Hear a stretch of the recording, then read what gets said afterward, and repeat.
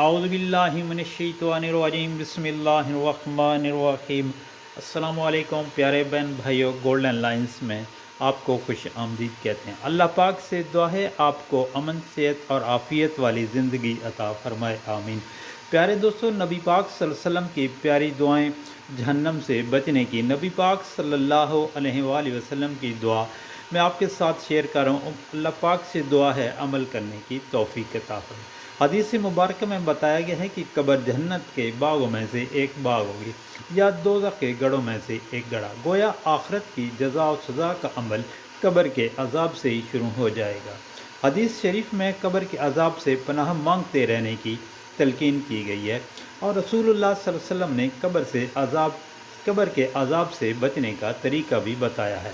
حضرت ابو ہریرہ رضی اللہ تعالیٰ عنہ سے روایت ہے کہ نبی پاک صلی اللہ علیہ وسلم اکثر یہ کلمات پڑھتے تھے: اے اللہ، میں ناتوانی اور سستی سے تیری پناہ مانگتا ہوں، بزدلی اور ضعیف العمر سے تیری پناہ مانگتا ہوں، اور عذاب قبر سے تیری پناہ مانگتا ہوں۔ صحیح بخاری کی حدیث ہے۔ رسول اللہ صلی اللہ علیہ وسلم اکثر اپنے صحابہ کرام رضوان اللہ علیہم اجمعین کو عذاب قبر سے بچنے کے لیے سورۃ ملک کی تلاوت کرنے کی تلقین کرتے تھے۔ حضرت انس رضی اللہ تعالیٰ عنہ سے روایت ہے کہ ہم میں سے ایک صحابی نے نبی پاک صلی اللہ علیہ وسلم سے قبر کے عذاب سے بچنے کے لیے طریقہ پوچھا تو آپ صلی اللہ علیہ وسلم نے ارشاد پاک فرمایا کہ سورہ ملک کی تلاوت کیا کرو، یہ سورت تمہیں قبر کے عذاب سے بچائے گی۔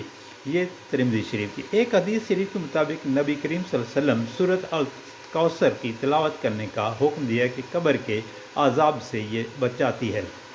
حضرت علی رضی اللہ تعالیٰ عنہ سے روایت ہے کہ نبی پاک صلی اللہ علیہ وآلہ وسلم ارشاد پاک فرمایا کہ جو شخص جمعہ کی رات کو سورۃ نساء کی تلاوت کرے گا وہ قبر کے عذاب سے محفوظ رہے گا۔ پیارے دوستو، اللہ پاک سے دعا ہے ہمیں نبی پاک صلی اللہ علیہ وسلم کے فرمان کے مطابق عذاب قبر سے بچنے کے لیے اللہ پاک کے حضور ہمیشہ دعا کرتے رہنا چاہیے، اور اپنے والدین اور رشتہ داروں کو ان کے بارے میں شیئر کرنا چاہیے۔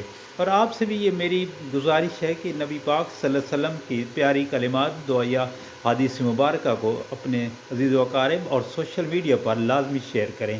اللہ پاک آپ کی آسانیاں فرمائے گا، آمین یا رب العالمین۔